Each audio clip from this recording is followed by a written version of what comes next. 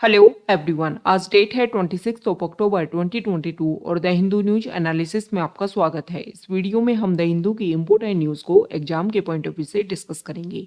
नीचे description box में Telegram channel Volcano IAS Academy का लिंक दिया हुआ है। आप Telegram channel Volcano IAS Academy के साथ में जुड़ सकते हैं। वहाँ पर हर exam means UPSC, state PCS and other exams के पॉइंट ऑफ व्यू से काफ़ी इंपॉर्टेंट इन्फॉर्मेशन आप सभी के साथ में शेयर की जाती है। तो चलो स्टार्ट करते हैं। वीडियो को स्टार्ट करेंगे एक ज्योग्राफिकल मैप क्वेश्चन के साथ में। और आज आपका क्वेश्चन ये है कि साउथ बटन नेशनल पार्क को आपको मैप में व्यू करना है। फिर इससे रिलेटेड हर इंपॉर्टेंट फैक्ट्स को एंड इन्फॉर्मेशन को कमेंट बॉक्स में टाइप करना है। कल हमने आपसे क्वेश्चन पूछा था केन रिवर को लेकर के। तो केन रिवर को अगर हम मैप में व्यू करें, केन रिवर का ओरिजिन मध्य प्रदेश स्टेट से होता है और ये यमुना रिवर की इंपॉर्टेंट ट्रिब्यूटरी के रूप में अपने आप को फ्लो करती है। केन रिवर जो है वो Ken Betwa river linking project की वजह से भी काफ़ी ज़्यादा न्यूज़ में रहा था। तो इस प्रोजेक्ट के बारे में अगर हम डिस्कस करें तो इस प्रोजेक्ट का मेन ऑब्जेक्टिव ये है कि केन रिवर का जो सरप्लस वाटर है उसको बेतवा रिवर में शिफ्ट किया जा सके, ताकि ड्रॉट प्रोन जो बुंदेलखंड रीजन है वहाँ पर इरिगेशन के लिए और अदर एक्टिविटीज़ के लिए वाटर की अवेलेबिलिटी हो सके। इसी तरीके के जो प्रोजेक्ट है वो हमारे इंडिया में लगभग 30 रिवर इंटरलिंकिंग प्रोजेक्ट जो है वो एस्टेब्लिश किए जाएंगे, ताकि कंट्री में जो एरिया जहां पर वाटर की सरप्लस अवेलेबिलिटी है उसको शिफ्ट किया जा सके उन एरिया में जहां पर वाटर की कमी है। तो इसकी वजह से एक बैलेंस जो है वो बनाने की कोशिश की जाएगी और सभी एरिया में जो बेसिक नीड है उन सभी के लिए वाटर की अवेलेबिलिटी को एक तरीके से एड्रेस किया जा सकेगा। तो ये इम्पोर्टेंट रिवर है। इसके साथ में ही ये जो प्रोजेक्ट है वो काफ़ी ज़्यादा न्यूज़ में रहा था। इसकी वजह से काफ़ी ज़्यादा इशू भी हमें देखने को मिलेंगे और काफ़ी ज़्यादा हमें बेनिफिट भी देखने को मिलेंगे। तो ये जो इंटरलिंकिंग प्रोजेक्ट है इसके बारे में जो बेसिक फैक्ट्स है वो आपको क्लियर होने चाहिए कि एक प्रोजेक्ट की क्या हिस्ट्री रही है, किस तरीके से हमने इसकी शुरुआत की और आने वाले टाइम में किस तरीके से इसके ऊपर फोकस किया जाएगा। द हिंदू को अगर हम डिस्कस करें तो फर्स्ट इंपॉर्टेंट न्यूज़ है द हिंदू के फ्रंट पेज पर। और यहाँ पर आप सभी को पता है कि 24 अक्टूबर को दीपावली का आपने सेलिब्रेशन किया और यहाँ पर सेंट्रल पोल्यूशन कंट्रोल बोर्ड ने दिल्ली को लेकर के अपने कुछ डाटा रखे हैं कि लास्ट 8 ईयर में अगर हम देखें तो दिल्ली की जो आबो हवा है वो काफ़ी क्लीन लेवल पर हमें देखने को मिली। अब इसके कुछ बेसिक रीजन भी बताए हैं कि अगर हम बेसिक रीजन के बारे में डिस्कस करें तो देखो, एक तो बेसिक रीजन ये था कि थोड़ी विंडी वो था, मतलब एटमॉस्फेयर जो है या फिर जो एयर कंडीशन जो है वो एक तरीके से विंडियर था, मतलब हवा चल रही थी जिसकी वजह से जो पोल्यूशन है वो एक जगह ट्रैप नहीं हो पाया। हालांकि बहुत सारे रिस्ट्रिक्शन होने के बाद में भी वहाँ पर जो भी क्रैकर्स हैं उन सभी की एक्टिविटीज जो है वो देखने को वहाँ पर मिली थी, मतलब पटाखे जो है, आतिशबाजी जो है वो दिल्ली में देखने को मिली थी। तो यहाँ पर दो बेसिक रीजन बताए हैं कि एक तो अर्लियर टाइम में इस टाइम जो है दीपावली रीजन तो जो विंड है, जो एयर जो है वो काफ़ी कूल नहीं हुई थी जिसकी वजह से जो पोल्यूटेंट्स हैं वो ट्रैप नहीं हो पाए।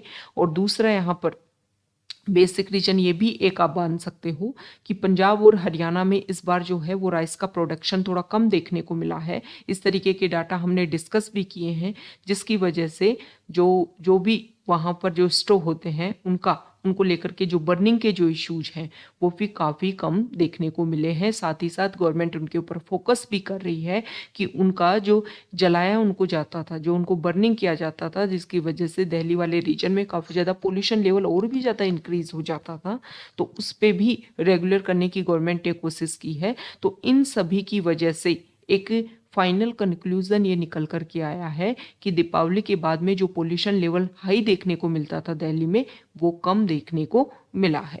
तो ये काफ़ी इम्पोर्टेंट बात है, काफ़ी एक अच्छी बात है कि पोल्यूशन को लेकर के जो काम है वो हम अच्छे से कर पा रहे हैं, अच्छे से इम्प्लीमेंटेशन हो पा रहा है, ताकि जो इशू है प्रेजेंट टाइम में global warming, climate change major issue हैं, उनके ऊपर फोकस करते हुए हमारी एक्टिविटी जो है वो सामने आ रही है और उसका रिजल्ट भी हमें देखने को मिल रहा है। ओके, तो अवेयरनेस होना बहुत ज़्यादा ज़रूरी है। जैसा कि हमने डिस्कस किया कि रिस्ट्रिक्शन के बाद में भी जो फायर क्रैकर्स हैं वो वहाँ पर जलाए गए दिल्ली वाले रीजन में। तो ये अवेयरनेस जो है ना वो हमें और ज़्यादा स्प्रेड करनी होगी, तभी जा कर के इस तरीके की एक्टिविटीज़ को हम रेगुलेट कर पाएंगे। तो यहाँ पर सेंट्रल पोल्यूशन कंट्रोल बोर्ड की बात की गई है। सेंट्रल पोल्यूशन कंट्रोल बोर्ड के बारे में अगर हम डिस्कस करें तो 1974 में इसको वोटर एक्ट के अंडर इसको एस्टेब्लिश किया गया था, और 1981 का जो एयर एक्ट है उसके अंडर भी अपने आप को रेगुलर करता है। इसके अलावा अगर हम डिस्कस करें तो सेंट्रल पोल्यूशन कंट्रोल बोर्ड एक स्टेचुरी बॉडी है, ministry of environment, forest and climate change के अंडर आती है, और एक तरीके से हमें एनवायरनमेंट के बारे में, क्लाइमेट के बारे में जो भी बेसिक अवेयरनेस है, बेसिक इन्फॉर्मेशन है, बेसिक डाटाज जो हैं वो इनके द्वारा प्रोवाइड करवाए जाते हैं। नेक्स्ट इंपॉर्टेंट आर्टिकल है ऋषि सुनक। आप सभी को पता है ब्रिटेन के प्राइम मिनिस्टर बन गए हैं। इससे पहले जो लिज ट्रूस थी उन्होंने काफ़ी कम टाइम में अपना जो रेजिग्नेशन है वो दे दिया, तो काफ़ी कम ड्यूरेशन में रहने वाली प्राइम मिनिस्टर का उनको एक तरीके से मिला है कि काफ़ी कम टाइम के लिए वो ब्रिटेन की प्राइम मिनिस्टर रही। और यहाँ पर ऋषि सुनक के बारे में अगर हम डिस्कस करें तो ऋषि सुनक जो है वो लास्ट 200 ईयर्स में अगर हम डिस्कस करें तो यंगेस्ट प्राइम मिनिस्टर के रूप में यहाँ पर सामने आए हैं। अब यहाँ पर अगर हम देखें तो ब्रिटेन की जो इकोनॉमी है वो काफ़ी ज़्यादा डिवास्टेटिंग स्टेज में है, तो ऋषि सुनक की जो एक्टिविटीज़ हैं वो एक तरीके से बेनिफिशियल रहेंगी उनके लिए। दूसरा अगर हम बात करें तो हमारे इंडियन ओरिजिन के हैं वो, तो इसकी वजह से इंडिया के साथ में जो भी रिलेशन, जो भी हमारे bilateral relation, free trade agreement, इनको लेकर के जो भी डिस्कशन चल रहा है उनमें हो सकता है कि एक पॉजिटिव रिजल्ट जो है वो काफ़ी अच्छे से देखने को मिले। नेक्स्ट इंपॉर्टेंट आर्टिकल है यहाँ पर CCI competition commission of India ने फिर से गूगल के ऊपर 936 करोड़ का फाइन इम्पोज कर दिया है।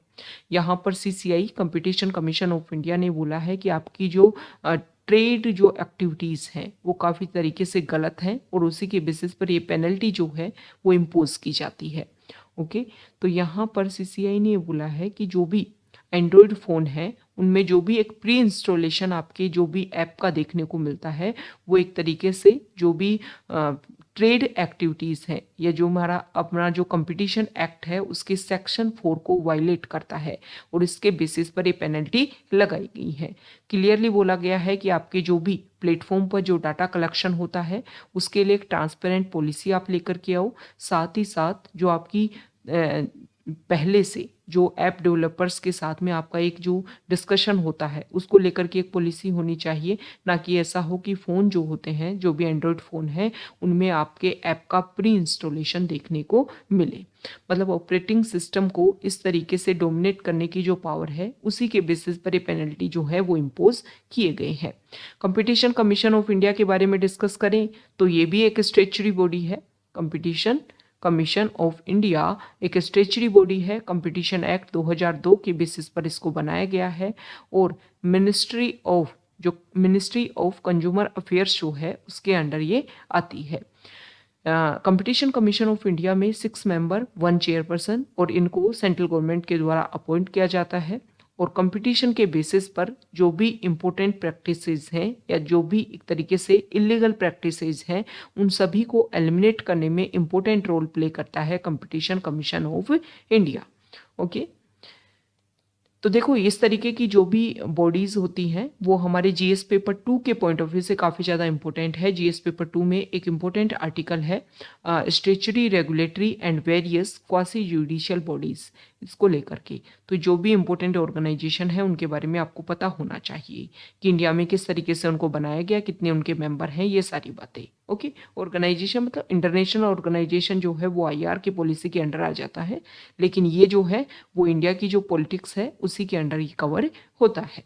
ये जो आर्टिकल है जो अभी हमने डिस्कस किया, statutory, regulatory and various quasi judicial bodies. Okay, next important article है, देखो हमारे इंडिया जो है वो 75 ईयर ऑफ इंडिपेंडेंस को हमने सेलिब्रेट किया। हमने फोकस किया है कि नेक्स्ट 25 ईयर जो है वो हमारे इंडिया के लिए इतने अच्छे होंगे कि जब हम 100 ईयर ऑफ इंडिपेंडेंस को सेलिब्रेट करें तो हमारे इंडिया जो है वो एक डेवलप्ड कंट्रीज के रूप में सामने आ सके। अब यहाँ पर इस आर्टिकल में एक आपको एक बेसिक चीज़ बताई हुई है, और बेसिक चीज़ में आंध्र प्रदेश जो स्टेट है वहाँ का जो ट्राइबल रीजन है वहाँ पर अभी एक नया डिस्ट्रिक्ट बनाया गया है, अल्लूरी सीताराम राजू। तो यहाँ पर इनकी एक पंचायत है, वहाँ की एक्टिविटी देखने को मिली कि एक विमेन, उनको लेबर पेन स्टार्ट होता है, लेकिन जो बेसिक कनेक्टिविटी होनी चाहिए रोड के थ्रू, एम्बुलेंस के थ्रू, वो यहाँ पर इन विलेजेस में नहीं है, जिसकी वजह से लोगों ने यहाँ पर कंधे के बेसिस पर अपने शोल्डर पर ये विमेन को लेकर के जाते हैं और हॉस्पिटल पहुँचाते हैं। तो यहाँ पर इस आर्टिकल में बताया गया कि काफ़ी ज़्यादा क्रिटिकल उनकी कंडीशन हो गई थी, लेकिन उनको बचा लिया गया है, मदर एंड बेबी दोनों को। तो यहाँ पर पहले भी एक ऐसा ही एग्जाम्पल देखने को मिला, जिसमें जो 60 प्लस एज की एक वीमेन, उनको नहीं बचाया जा सके क्योंकि उनकी हेल्थ कंडीशन जो है वो काफ़ी ज़्यादा ख़राब हो गई थी। अब इस आर्टिकल से हमें पता लगता है कि अभी भी हमारे इंडिया में जो बेसिक कनेक्टिविटी है वो नहीं है, वो होनी चाहिए। ओके, बेसिक कनेक्टिविटी नहीं है लेकिन होनी चाहिए। तो नेक्स्ट 25 ईयर्स के लिए जो हमने टारगेट रखा है, उनको अगर हमें अच्छे से इम्प्लीमेंट करना है, एक बेसिक लेवल तक हमें उसको लेकर के जाना है, तो ये सारी चीज़ें होनी चाहिए कि हमें फोकस किया जाना चाहिए कि कनेक्टिविटी जो भी हमारे इंडिया के रीजन है उन सब तक हम एक बेसिक इंफ्रास्ट्रक्चर इस तरीके से डेवलप करें ताकि कनेक्टिविटी तो कम से कम वहाँ पर हो सके। और जब कनेक्टिविटी होगी तभी जो हमारे मेन रीजन है उनके साथ में उनका एक तरीके से इंटरेक्शन इंक्रीज होगा और वो हमारी सोसाइटी के एक इम्पोर्टेंट पार्ट के रूप में सामने आएंगे। अब यहाँ पर ये तो एग्जाम्पल आपको ध्यान में रखना है। आप ऐसे में इसका यूज कर सकते हो, जो भी आपके आंसर्स हैं उनमें आप इसका यूज कर सकते हो। तो देखो, न्यूज़पेपर रीडिंग का एक बेस्ट बेनिफिट यही है कि आप डेली बेसिस पर जो है वो कुछ ना कुछ आपको अपग्रेडेशन देखने को मिलता है। आप कनेक्टिविटी करके न्यूज़ को रीड करते हो तो बहुत सारे आपके कंसेप्ट भी क्लियर होते हैं। साथ ही साथ में अगर हम डिस्कस करें तो बहुत सारी चीज़ों की एक सीरीज जो बनती है, जिसमें आप बहुत सारे क्वेश्चन जो है प्रीलिम्स में, स्पेसिफिक हम प्रीलिम्स में अगर हम देखें यूपीएससी में, तो एलिमिनेशन मेथड जो है वो काफ़ी ज़्यादा इंपॉर्टेंट आपके लिए रहता है, क्योंकि क्वेश्चन में जो ऑप्शन है वो बहुत ज़्यादा होने लग गए हैं। ओके, तो उन ऑप्शन को आप जो है वो एक तरीके से एलिमिनेट तभी कर पाओगे जब एक बेसिक अंडरस्टैंडिंग जो है वो आपकी डेवलप होगी। और न्यूज़पेपर हैबिट जो है, आप एक एडमिनिस्ट्रेटर बनने जा रहे हो, आपको जो डेली बेसिस पर जो बेसिक अवेयरनेस है वो आपके लिए बहुत ही ज़्यादा नीडी रहेगी। तो आपको न्यूज़पेपर तो देखो हमेशा मस्ट रहेगा। ओके, अगर आपको एक अच्छा एडमिनिस्ट्रेटर बनना है तो ओके, आपको पता होना चाहिए कि डेली लाइफ में आपके एरिया में क्या क्या कौन कौन सा प्रोसीजर चल रहा है, क्या क्या चीज़ें चल रही हैं, उन सभी चीज़ों के ऊपर आप फोकस कर पाओगे तो न्यूज़पेपर आपके लिए मस्ट है। एक जनरल अवेयरनेस आपको होनी ही चाहिए। ओके, तो यहाँ पर ये जो एग्जाम्पल है आपके लिए इम्पोर्टेंट है। आप अपनी जो भी आप कॉपी मेंटेन करते हो, जो भी रजिस्टर मेंटेन करते हो, जिसमें इस तरीके के एग्जाम्पल आप राइट डाउन करते होगे, जिनका आप यूज कर सकते हो आपके प्रीलिम्स और मेंस में, वहाँ पर आप इसको राइट डाउन करोगे कि अभी भी आंध्र प्रदेश का एक ऐसा एरिया जहाँ पर जो बेसिक कनेक्टिविटी है वो नहीं देखने को मिलती है। तो ये अल्लूरी सीताराम राजू जो नया डिस्ट्रिक्ट यहाँ पर बनाया गया है, ओके, तो इसके बारे में अल्लूरी सीताराम राजू, इसको लेकर के एक्सप्लेन्ड सीरीज नाम से प्लेलिस्ट है हमारी एक, वहाँ पर वीडियो भी अपलोडेड है, वहाँ जाकर के आप इसको व्यू कर सकते हो। जो भी टर्म न्यूज़ में रहती है उसको लेकर के इस तरीके के वीडियो बनाए जाते हैं। तो अल्लूरी सीताराम राजू जो है, इनके बारे में अगर हम डिस्कस करें तो ये वैसे भी काफ़ी ज़्यादा इंपॉर्टेंट हो जाते हैं, क्योंकि इनकी 125 बर्थ एनिवर्सरी जो है अभी सेलिब्रेट की गई, जिसकी वजह से इनका एक स्टेचू जो है उसका भी इनॉग्रेशन किया गया हमारे प्राइम मिनिस्टर के द्वारा। ओके, तो देखो 125, 100, 75, 50 किन्हीं की भी बर्थ एनिवर्सरी या कोई इंपॉर्टेंट डे आता है तो ये काफ़ी ज़्यादा इंपॉर्टेंट हो जाता है यूपीएससी प्रीलिम्स के पर्सपेक्टिव से। ओके, और हमारा जीएस पेपर 1 जो है मेंस में, उसमें भी हिस्ट्री के पॉइंट ऑफ व्यू से आर्टिकल इम्पोर्टेंट हो जाता है कि हमारी जो इंडिपेंडेंस रही उनमें बहुत सारे ऐसे हीरो थे जिसको लेकर के हमारी गवर्नमेंट ने अभी अनसंग हीरोज़ की एक सीरीज भी लॉन्च की, जिसमें बहुत सारे लोग जिनका नाम जो है वो मेन बुक्स में नहीं आ पाया, लेकिन उन्होंने इम्पोर्टेंट रोल प्ले किया अपने रीज़न पर। तो उन्हीं अनसंग हीरोज़ में अल्लूरी सीताराम राजू को भी इंक्लूड किया गया। अल्लूरी सीताराम राजू जो है, उनका आंध्र प्रदेश वाले रीजन में 1897 में उनका बर्थ होता है, और वो 18 ईयर्स की जब उनकी एज होती है तब वो सन्यासी बन जाते हैं। ओके, देखो एक एक्ट आया था 1882 का, जो ब्रिटिशर्स हैं उनके द्वारा एक एक्ट लाया गया था। एक्ट का नाम था फॉरेस्ट एक्ट। अब ये जो एक्ट था इसमें डिसाइड किया गया कि जो ट्राइबल रीजन में जो एक एक कल्चरल या ट्रेडिशनल जो एग्रीकल्चर की जाती है, जिसको पोडू कल्टीवेशन के नाम से हम जानते हैं, इसके ऊपर रोक लगा दी गई। साथ ही साथ बोला गया कि जो माइनर प्रोडक्ट्स हैं फॉरेस्ट के, उनको भी आप चुन नहीं सकते हो। ओके, रूट्स एंड लीव जो है इनको इकट्ठा नहीं कर सकते हो। साथ ही साथ जो यहाँ के ट्राइबल लोग हैं उनके ऊपर फोर्स्ड लेबर को लेकर के जो ब्रिटिशर्स हैं उन्होंने एक तरीके से एप्लीकेबल करना स्टार्ट कर दिया कि हमारे अकॉर्डिंग जो है वो आप लेबर करोगे और हम जो बोलेंगे वो आप काम करोगे। जो आपकी ट्रेडिशनल एक्टिविटीज़ हैं, ट्रेडिशनल जो आपकी कल्चर है, एग्रीकल्चर है, उसके ऊपर आप फोकस नहीं करोगे। ओके, तो इसी को लेकर के प्रोटेस्ट स्टार्ट होता है और अल्लूरी सीताराम राजू जो है इस प्रोटेस्ट को लीड करते हैं। और यहाँ पर ये जो प्रोटेस्ट है इसको बोला गया रंपा रिबेलियन या फिर मन्यम रिबेलियन।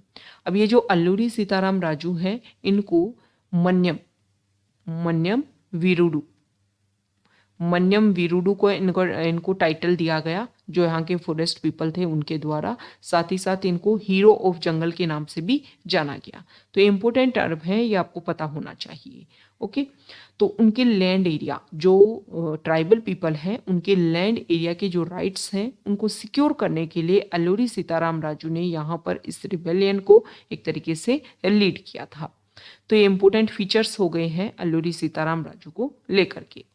नेक्स्ट इंपॉर्टेंट आर्टिकल है एडिटोरियल पेज पर, और यहाँ पर जो फर्स्ट आर्टिकल है, देखो इस आर्टिकल में बताया गया है कि अभी सीसीआई का जो रिजल्ट रहा है कंपटीशन कमीशन ऑफ इंडिया को लेकर, कंपटीशन कमीशन ऑफ इंडिया का गूगल को लेकर के, तो इस आर्टिकल में बताया गया है कि जो डोमिनेंस था एक तरीके से गूगल का, उसको एक तरीके से रेगुलेट करने की, एंड करने की कोशिश की गई है कि इक्वली तरीके से जो भी एप्लीकेशन फॉर्म्ड है या जो भी एप्लीकेशन बनाए गए हैं उनको इक्वली तरीके से ट्रीट किया जाए ताकि इस तरीके का जो इशू है उसको सॉल्व किया जा सके। ओके, नेक्स्ट यहाँ पर देखो सी जिनपिंग जो है वो अपनी थर्ड टर्म को यहाँ पर रेगुलर करेंगे। तो इस आर्टिकल में बताया गया है कि अभी अपनी वो जो नेक्स्ट टर्म जो रहेगी उसमें मिलिट्री के ऊपर वो अपना फोकस कर सकते हैं और उसको भी इनडायरेक्टली जो है वो अपने अंडर गवर्न करने की कोशिश करेंगे।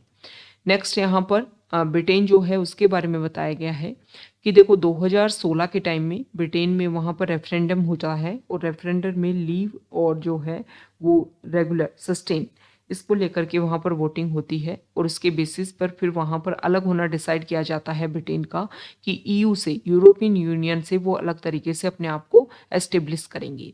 तो इस आर्टिकल में बताया गया है कि अभी लिज ट्रूस जो वहाँ की प्राइम मिनिस्टर बनी वो शॉर्टेस्ट टाइम पीरियड के लिए प्राइम मिनिस्टर बनी। अभी ऋषि सुनक होंगे। लास्ट 6 ईयर में देखें तो यहाँ पर जो प्राइम मिनिस्टर हैं वो काफ़ी ज़्यादा चेंज हो चुके हैं। तो इसी को लेकर के बताया गया है कि ब्रेग्जिट जो है उसके इम्प्लीकेशन अभी तक ब्रिटेन पर देखने को मिल रहे हैं कि वहाँ पर एक स्टेबिलिटी जो है वो नहीं देखने को मिल पाई है। नेक्स्ट इंपॉर्टेंट आर्टिकल है, ये इंपॉर्टेंट आर्टिकल है, इसका आप यूज़ कर सकते हो। एग्रीकल्चर की वजह से क्या पोल्यूशन होता है और किस तरीके से एग्रीकल्चर सेक्टर को चेंज करने की कोशिश की जा रही है ताकि जो रिन्यूएबल एनर्जी का जो हमने टारगेट लिया है उसको हम अच्छे से अचीव कर पाएँ। तो जो आर्टिकल का जो टाइटल है वही हमें बताता है रिन्यूएबल एनर्जी रिवोल्यूशन, जो हमारा ऑब्जेक्टिव है रूटेड इन एग्रीकल्चर, उसकी जो जड़ें हैं वो एग्रीकल्चर में है। ओके, तो यहाँ पर सबसे पहले इंपॉर्टेंट बात बताई है कि पंजाब में जो संगरूर डिस्ट्रिक्ट है वहाँ पर एक प्राइवेट कंपनी जो है उन्होंने पहला बायो एनर्जी प्लांट जो है वो लगाया है, जिससे हमारी इंडिया में जो एग्रीकल्चर से जो वेस्टेज निकलता है उसका हम यूज़ कर सकेंगे बायोगैस के फॉर्मेशन में, उसका यूज़ कर सकेंगे फिर रिन्यूएबल एनर्जी के रूप में। जब रिन्यूएबल एनर्जी को हम ज़्यादा से ज़्यादा प्रमोट करेंगे, ज़्यादा से ज़्यादा उसको एस्टेब्लिश करेंगे, उसको एक तरीके से बनाएंगे, तो हमारी जो डिपेंडेंस है फ्यूल के ऊपर, जो फ्यूल जो भी प्रोडक्ट्स हैं उनके ऊपर वो कम होगी और बायोफ्यूल को हम यूज़ ज़्यादा करेंगे जिसकी वजह से एमिशन कम होगा। ओके, तो यहाँ पर इस आर्टिकल में बताया गया है कि देखो पंजाब, हरियाणा और वेस्टर्न उत्तर प्रदेश जो है वहाँ पर पैडी जो है कल्टीवेशन होता है। खरीफ से रबी क्रॉप में जब हमें आना होता है तो काफ़ी कम ड्यूरेशन देखने को मिलता है जिसकी वजह से जो स्टबल बर्निंग के जो इशू हैं वो काफ़ी ज़्यादा देखने को मिलते हैं। वैसे गवर्नमेंट जो है वो काफ़ी लंबे टाइम से इनको रेगुलर करने की कोशिश की है, कुछ अपने लेवल पर कुछ इस तरीके के फॉर्मेशन भी बनाए गए हैं जिनका यूज़ करके स्टबल जो है उनको इजीली जो है वो एक तरीके से मिलाया जा सके या उनको डाइल्यूट किया जा सके, इसके भी काफ़ी अच्छे रिजल्ट देखने को मिले। लेकिन गवर्नमेंट ने फोकस किया है, अभी हमने ये डिस्कस भी किया था कुछ टाइम पहले, कि जो कोल प्लांट्स हैं उनमें भी रिप्लेस करने की कोशिश की जा रही है। ये जो स्टबल है जिनको पैलेट्स के थ्रू जो है पैलेट्स के रूप में यूज़ किया जाता है पैलेट्स फॉर्म में, तो कोल को रिप्लेस किया जाएगा और जिससे स्टबल का भी यूज हो सकेगा, ताकि उनको नहीं जलाया जा सकेगा। तो नहीं जलाया जाएगा तो एमिशन जो है वो काफ़ी कम देखने को मिलेगा। और इसकी वजह से अगर हम डिस्कस करें तो एनसीआर वाला रीजन जो है वो काफ़ी ज़्यादा इफेक्ट होता है। दिल्ली जो है उसमें आफ्टर दीपावली, एक तो फायर क्रैकर्स, दूसरा वहाँ पर स्टबल बर्निंग आसपास वाले रीजन में, जिसकी वजह से काफ़ी ज़्यादा इशू होते हैं। तो यहाँ पर जो अब तक गवर्नमेंट ऑफ इंडिया ने जो जो अपनी तरफ से इनिशिएटिव लॉन्च किए, जैसे कि commission for air quality management in national capital region and adjoining areas, CAQM के नाम से जिसको हम जानते हैं, ये एक ऐसा फ्रेमवर्क डेवलप किया गया जिसमें जो स्टबल बर्निंग है उसके प्रिवेंशन के लिए इफेक्टिव तरीके से काम किया जाए। ओके, तो यहाँ पर जो भी एक पॉजिटिव रिजल्ट है इस स्टबल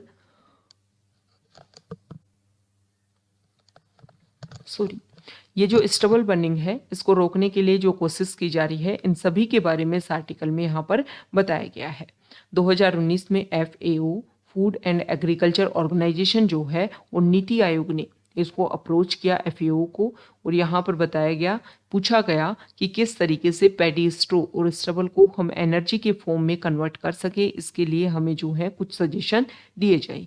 FAO ने फिर अपनी स्टडी जो है उसको पब्लिश किया और उन्होंने बताया कि जो क्रॉप रेजिड्यू सप्लाई चेन है पंजाब, ये जो है that can allow the collection, storage and final use of rice stove for other productive services, specially for the production of renewable energy.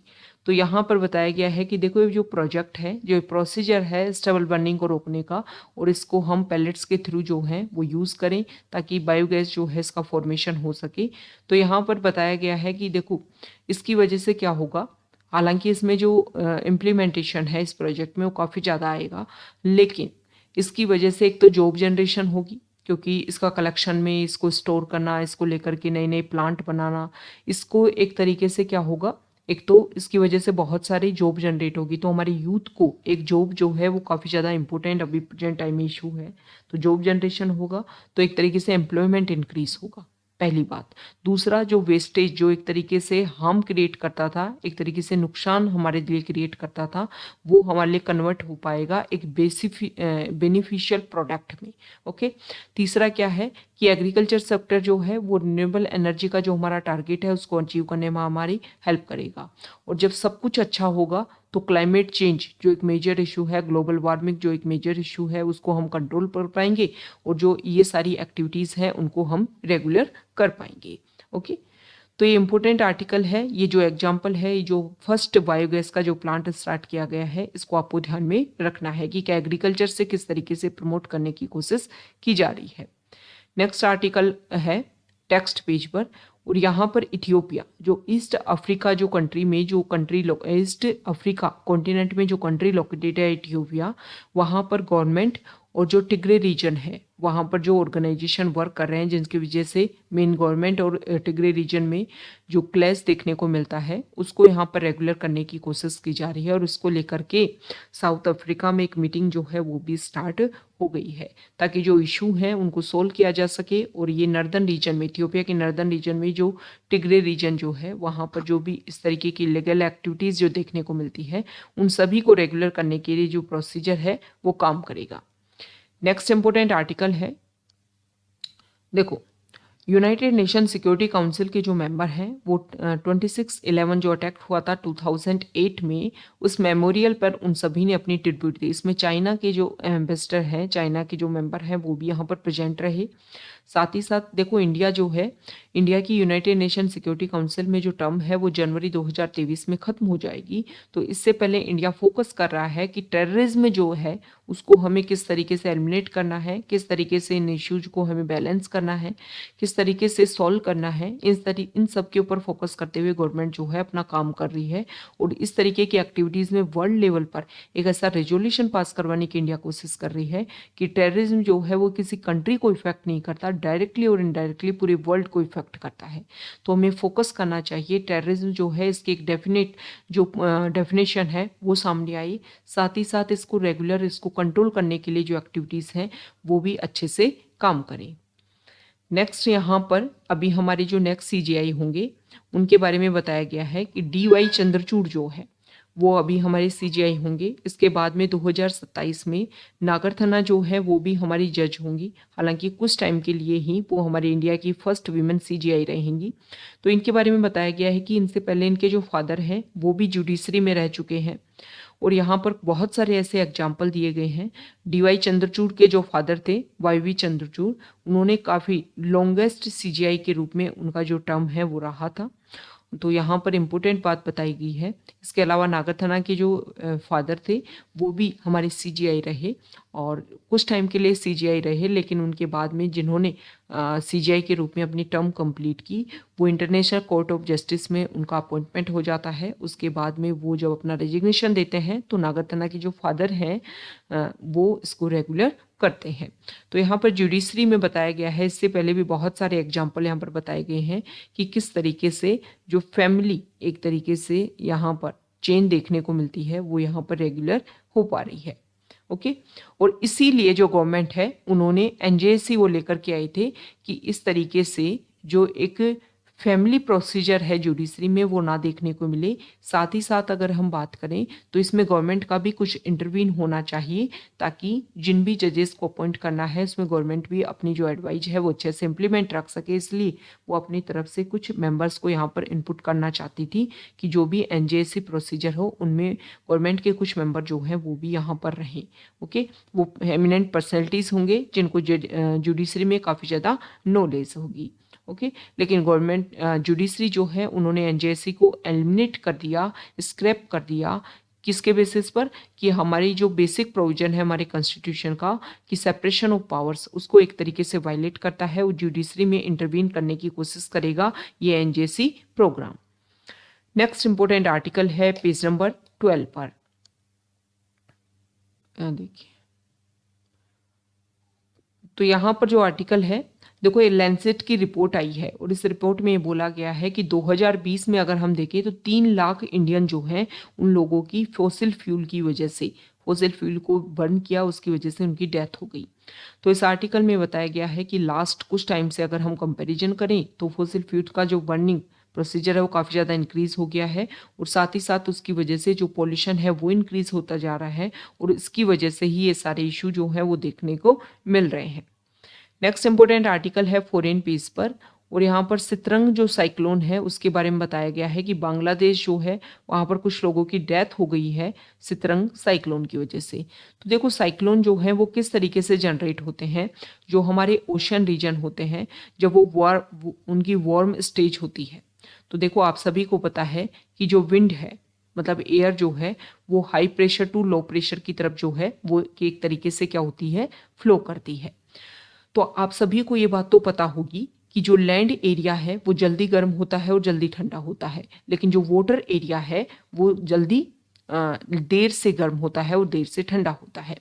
तो जिस टाइम अभी आप सभी को पता है कि कूलर टाइम आ गया है, एक तरीके से विंटर सीजन स्टार्ट हो गया है, तो जो लैंड एरिया है वो जल्दी से ठंडा हो जाएगा क्योंकि जल्दी से गर्म हुआ था, और वाटर एरिया देर से गर्म हुआ था, देर से ठंडा होगा।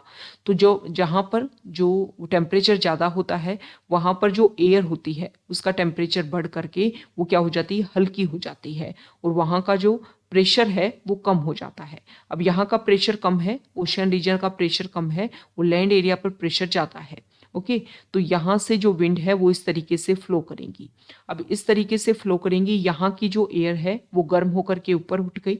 ऊपर उठने के बाद में क्या होता है कि ये जो प्रोसीजर है वो काफ़ी तेज गति से देखने को मिलता है और काफ़ी तेज गति से, काफ़ी तेज फास्टर प्रोसीजर जब होता है तो यहाँ से विंड ऊपर उठेगी। यहाँ पर इस जो गैप क्रिएट हुआ है, जो वैक्यूम क्रिएट हुआ है, उसको फिल करने के लिए चारों तरफ से जो कूलर एयर है वो यहाँ पर एक तरीके से इंसर्ट होगी, जिसकी वजह से जो प्रोसीजर है वो काफ़ी ज़्यादा इंक्रीज हाई लेवल पर होगा और जो साइक्लोन है उसका फॉर्मेशन देखने को मिलता है। ओके, तो ये आज का हमारा द हिंदू न्यूज़पेपर का डिस्कशन था। अगर आप यहाँ तक आए हैं, वीडियो आपको अच्छा लगा है तो प्लीज़ वीडियो को लाइक कीजिए, शेयर कीजिए और चैनल को सब्सक्राइब कीजिए।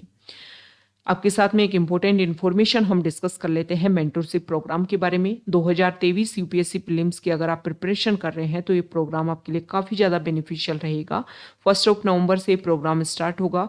599 पर मंथ इसके चार्जेस रहेंगे। इसमें हम आपको मेंटर प्रोवाइड करेंगे। आपके 10 to 15 जो स्टूडेंट्स हैं उनके आपके बैच बनाए जाएंगे। आपको मेंटर प्रोवाइड करवाया जाएगा। मेंटर जो है वो आपको डेली बेसिस पर टारगेट देंगे।